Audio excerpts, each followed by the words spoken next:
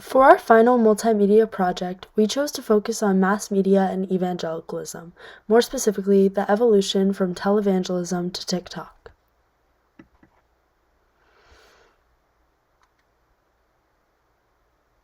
The rise of television technology in the 50s and 60s was accompanied by the dawn of televangelism. Televangelism is broadly defined as spreading Christianity to a mass audience through the use of media, specifically radio and television. Televangelism is largely responsible for the rise in popularity of many prominent figures such as Oral Roberts, Pat Robertson, and Billy Graham. Pat Robertson's program, the 700 Club, holds a large significance when discussing the impact of televangelism. Robertson founded the Christian Broadcasting Network in 1960 and featured the 700 Club, a variety program that mixes sermons, hymns, interviews, and fundraising events. It is the longest-running variety show of its kind. The Christian Broadcasting Network remained largely a platform for Christian content, but 10 years after the debut of the 700 Club, it became much more political and sought to communicate some of the personal beliefs of Pat Robertson, which were those of a conservative Christian and Republican ideology. CBN has had a unique position at the forefront of cultural wars throughout history. The primary goal of televangelism was to reach as many people as possible in the form of gospel, and the 700 Club did just that. It reached millions of people in the early years and now has an estimated 360 million people yearly viewership. The general audience of the 700 Club was mostly older people who were traditional and sought some spiritual comfort. As we will see throughout this project, the media type, variables such as satellite versus cable, and the time slot during which the 700 Club was aired all have a great influence on the viewership of specifically the 700 Club, but can lend itself to evangelicalism as a whole. In addition to Pat Robertson and the 700 Club, televangelism has also led to the rise and subsequent fame of Billy Graham. Graham was among one of the most influential Christian leaders and held a radio broadcast. He also hosted annual crusades that inspired many, from 1947 until 2005. Graham's audience reached billions of people, and because of his many crusades, he ended up preaching to more people than anyone in the history of Christianity. Both Billy Graham and Pat Robertson are examples of Christian figures who rose due to the use of televangelism and broader media effects. Televangelism's success can be attributed to many things, but one scholar highlights that this success is not completely unpredictable. Shane Denson states, on the contrary, evangelical communities are structured through and through by modern organizational forms, and they resemble structures of secular society to a remarkable degree. Through this quote, Denson solidifies that modern culture and evangelicalism are not so far apart from one another, and their effects on people function similarly. The efficacy of modern technology has changed in a large way due to the use of radio, televisions, megachurches, and pressure organizations, and we will see this effect on the broader culture and evangelicalism specifically throughout the research of this project. So my section of this project is Jerry Falwell. So Jerry Falwell and Liberty University is the topic of this. So I was intrigued by Jerry Falwell since I grew up in Charlottesville, and I had heard a lot about the Falwell family in regards to Liberty University. So Jerry Falwell was born in Lynchburg, who was a prominent televangelist in the 70s and 80s. One interesting fact that I found about Jerry Falwell is that his grandfather was actually atheist, but Jerry found and accepted Christ in 1952. And then 4 years later, in 1956, he founded the Thomas Road Baptist Church in Lynchburg, Virginia, which grew from a minuscule 35 members to a staggering 20,000 members, seemingly like a megachurch by the time he died. So Jerry Falwell's influence on the media, he was able to expand his reach beyond his congregation due to his use of media. So Falwell began broadcasting his sermons in the 50s and 60s, which were eventually broadcasted nationally. He was able to get national recognition for these sermons, such as programs as the Old Time Gospel Hour. This program was able to reach staggering numbers of viewership, and in effect was able to widen Falwell's conservative message to the greater public. So then in 1971, Falwell founded Lynchburg Bible College, which was eventually turned into Liberty University, a fundamentalist Christian university. So Falwell was able to establish one of the largest Christian universities in the world due to his presence on the media. And then Falwell, through the university, Liberty University, was further able to spread his message of conservative Christian values, and this eventually became a political resource. So Jerry Falwell was a very successful minister, into which he was most known for after his televangelist career when he was president at Liberty. He was known for founding the Moral Majority in 1979, which was a pro-family, pro-American movement that acquired millions and millions of followers, which mostly was a result of Ronald Reagan's election in 1980. So the Moral Majority was disbanded in 1989, however, because Falwell deemed that it already completed its task, and it set out to achieve what he wanted to achieve. However, in the media, in the political media, this didn't stop him from being political. Even though he was becoming less and less popular in the 1990s, he was adamantly against the Democrat Party, and he was a continuous supporter of the Republican Party and a huge supporter of the State of Israel and other aspects of international affairs, and just getting all around political in his Christian values. So, seemingly enough, he was, in the public view, he was considered a very, very intolerant and bigoted person, with various controversial ideas such as being pro-life, anti-LGBTQ, and just very thought-provoking. Not so much thought-provoking, but just provoking in a sort of offensive way. And one big thing he actually did was, while talking about Islam, he deemed that Muhammad, the prophet of Islam, was a terrorist. So in my eyes, the Falwell family, or not Falwell family, but Mr. Falwell seemingly shows, like, I guess the dark side, or like what the extreme side can be of the religious right, and how media kind of exasperated that issue. And I can see how Falwell can be proud of his proud about his achievements in the Christian church and his faith, but he has seemingly very highly troublesome, and is a dominating figure outside of his family and outside of his conservative following. So, in regards to his son, there's just more and more controversy as time goes on with the extreme political right, either political or religious right. Between the late 1960s and mid-1980s, the number of Americans watching religious television grew from 5 million to nearly 25 million. In the 1960s, religious broadcasting became dominated by evangelicals, which dubbed it the name televangelism. Televangelism refers to the specific style of religious broadcasting that is identified with conservative values, fundamentalism, and the evangelical church. It was not as prominent in mainline Protestant churches, not only because they didn't have the funds to pay for airtime, but they were also not too fond of the idea of using media to advertise their beliefs, congregation, and church. In the mid-70s, the widespread adoption of cable television among the majority of Americans prompted a significant spike in viewership. However, the era of televangelism rapidly came to an end after being hit by several sexual and financial scandals. Although it has always been a controversial topic with strong right-wing ideas, it wasn't until the 1980s that televangelism began to fall from its peak. Jim Bakker and Jimmy Swaggart were two prominent religious leaders who were largely involved in these scandals. With their charismatic personalities, it was simple to hide their behavior. However, this scandal, along with several others, led to suspicion and criticism of televangelism leaders' misconduct, the misappropriation of church money, and the political agenda of many of these shows. In the early 1980s, viewers dropped as news outlets reported, and televangelism's fame among the American people died. There are many paralleling criticisms between televangelism back then and the evangelical church today. Although it still exists now, televangelism is no longer nearly as popular or prevalent. When discussing the shift from televangelism to TikTok and social media evangelism, it's important to acknowledge that these two technologies function differently and have different effects on their respective users. In the past 10 years, time spent consuming digital media as opposed to traditional media has only increased. A Statista measurement of time spent with digital versus traditional media daily in the United States from 2011 to 2023 depicts this increase perfectly.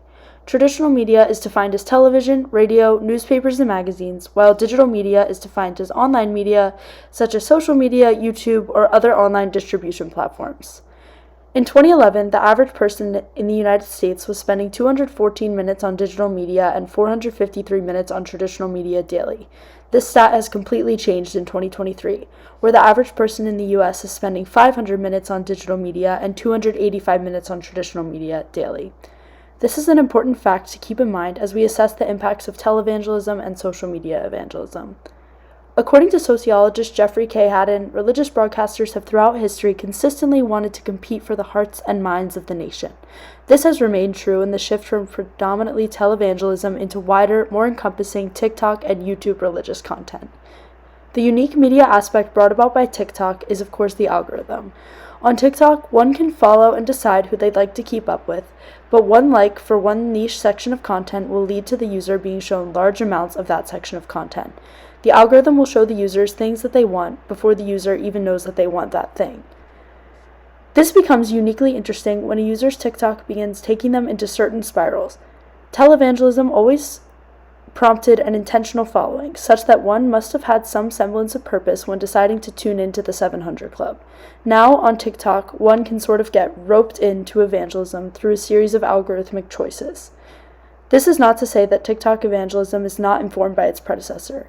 An article in Christianity Today titled Meet the TikTok Generation of Televangelists details the work of Bible college student Gabe Perot, who has a mission to #MakeJesusViral.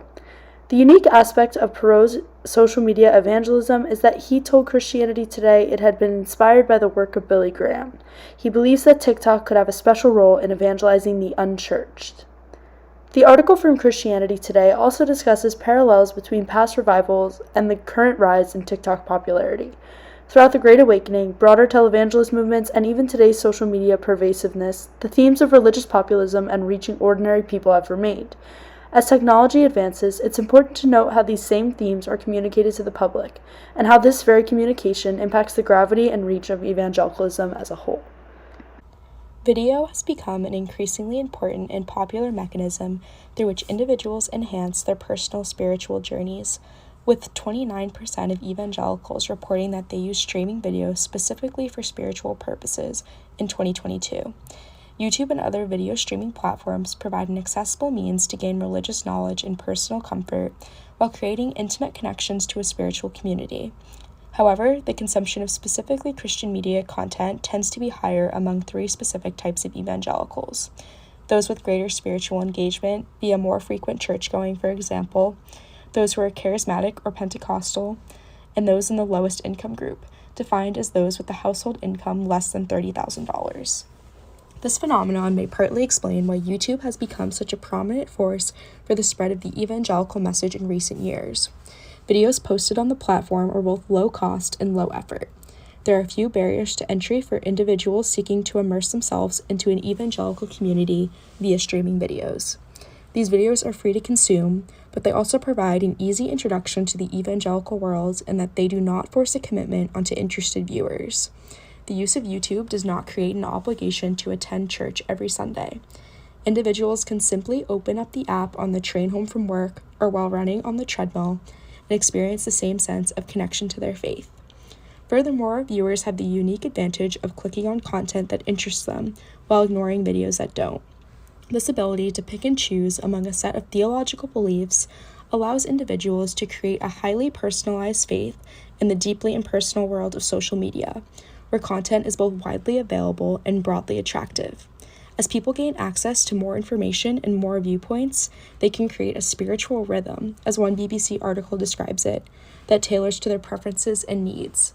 The algorithms that dictate what content is shown to YouTube viewers further exacerbate this phenomenon, as individuals are provided with specific recommendations that are likely to align with the faith that they have already curated for themselves. YouTube is particularly suited to evangelical messaging due to its widespread use among Americans of all ages, with 81% of all adults reporting that they have used the platform. For comparison, only 40% reported having used Instagram, and 25% reported having used Snapchat. The power of YouTube is evident, with existing evangelical groups utilizing the platform in an attempt to spread their message to a wider and more diverse audience. For example, the Billy Graham Evangelical Association channel boasts 756,000 subscribers and over 101 million views since joining the platform in 2007. The channel is divided into various playlists so that viewers can watch what appeals to them, from Billy Graham classics to short clips about God's love for you to testimonies and powerful stories of transformation.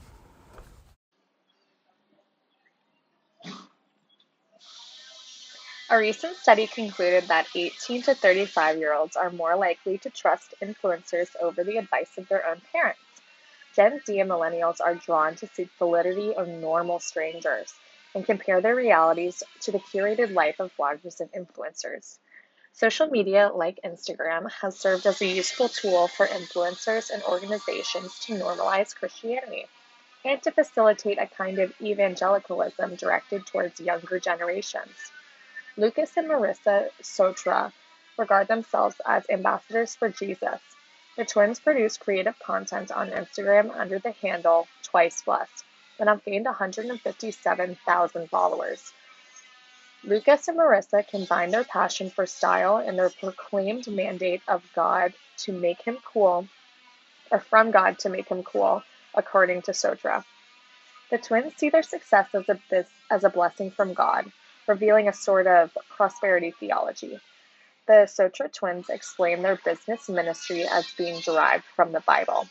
We're told to be in the world, but not of the world, and being in the world means being relevant, they say. Churches like Hillsong Church, a charismatic, non-denominational megachurch, have also benefited from Instagram. Communications director Jay Argret say that social media has provided Hillsong's youth ministry and team with an incredible opportunity to connect with young people directly. Social media is merely another opportunity for us to point people to Jesus. The cool factor provided by the Hillsong pastors' daughters and wives, such as Laura Toggs and Esther Houston, have drawn the attention of a secular young audience. The two have racked a combination of 500,000 plus followers. Some megachurch pastors' children have achieved a lower tier of fame due to their glitzy Instagram posts and celebrity friends. Daughter of a televangelist Jentizen Franklin, Caroline Franklin has gained a large following of around 150,000 followers. Back in 2019, Franklin posted a picture of herself sitting in Israel with a black off-the-shoulder top and sunglasses. Her caption read, "Just thinking about Jesus." The Instagram influencers have a stronghold on the lives of Gen Z and millennials, providing media consumers with validation and suggestions of how to live. People like the Sotra twins, Toggs and Houston, serve both as Christian influencers and Instagram evangelicalists. Hillsong Communications Director remarks that it is more important than ever to have an active social media presence to engage with people where they are. An app that has gained a lot of popularity in the past few years among the younger generation is TikTok. With more than 879 million global downloads, TikTok has a massive reach worldwide. It is hard to find somebody nowadays that hasn't heard of the app. It consists of video posts from content creators that are anywhere from 10 seconds, to 3 minutes long, which are easy to consume for an audience that oftentimes has a shorter attention span. When I went on the app and specifically searched for evangelical content, I was met with a variety of videos which had different takes on evangelicalism and what it was. Some were what you would expect, simply spreading the religion and educating people about the topic. Others took a different approach to it by either explaining just overall what it was, talking about different parts of evangelicalism, criticizing evangelicalism, and some even made satirical comments about evangelicalism. The method the creator used was also very different. There were some that sat down and talked to the camera, and on the other hand, you had a video of a person walking into a crowded public setting and trying to spread the message of what evangelicalism actually is.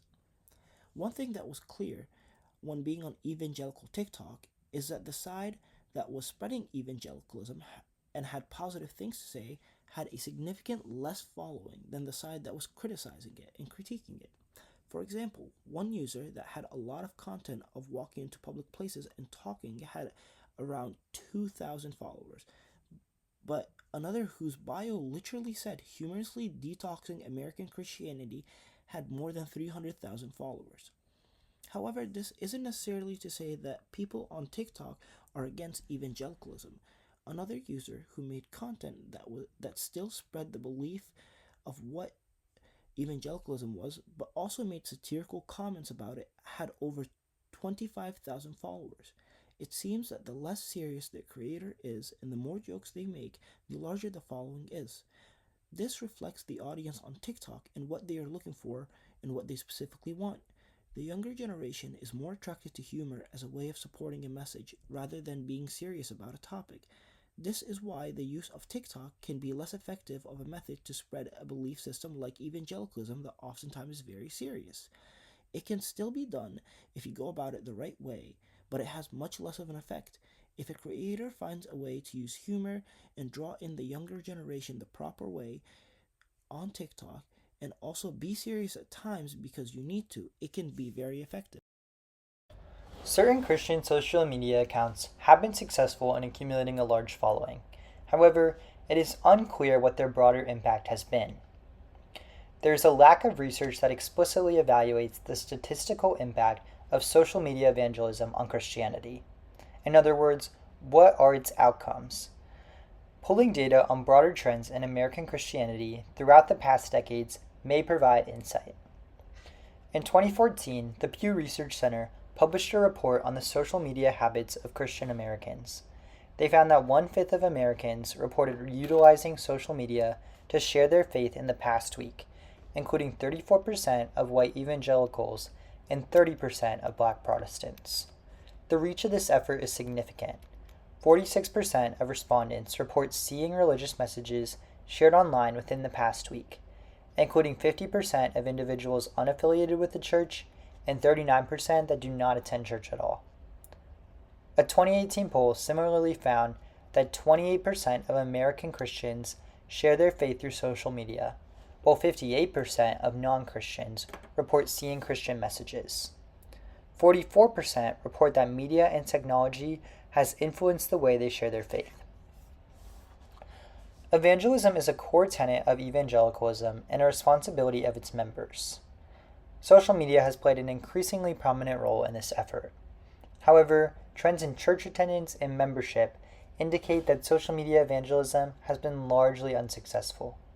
Since 2007, the percentage of U.S. adults who attend religious services regularly has decreased from 54% to 45%, largely due to lower attendance among Christians.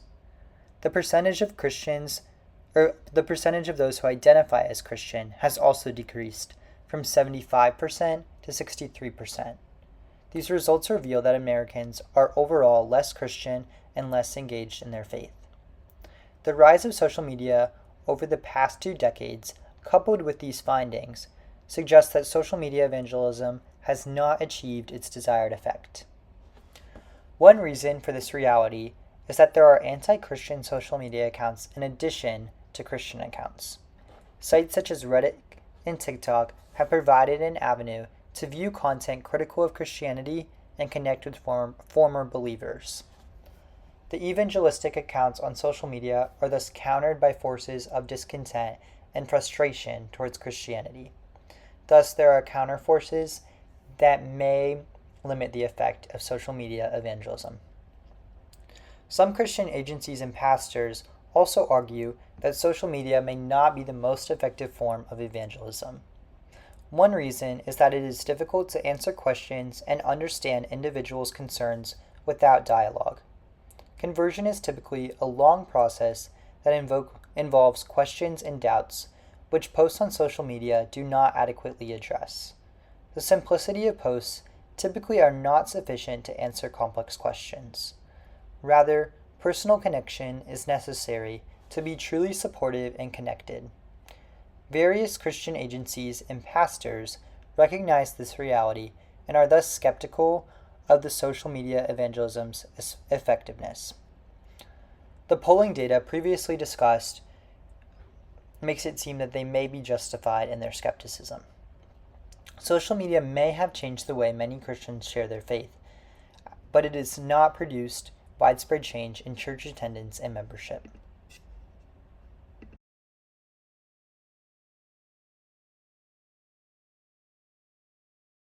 Here are our citations for this project. Thank you so much for listening to our project.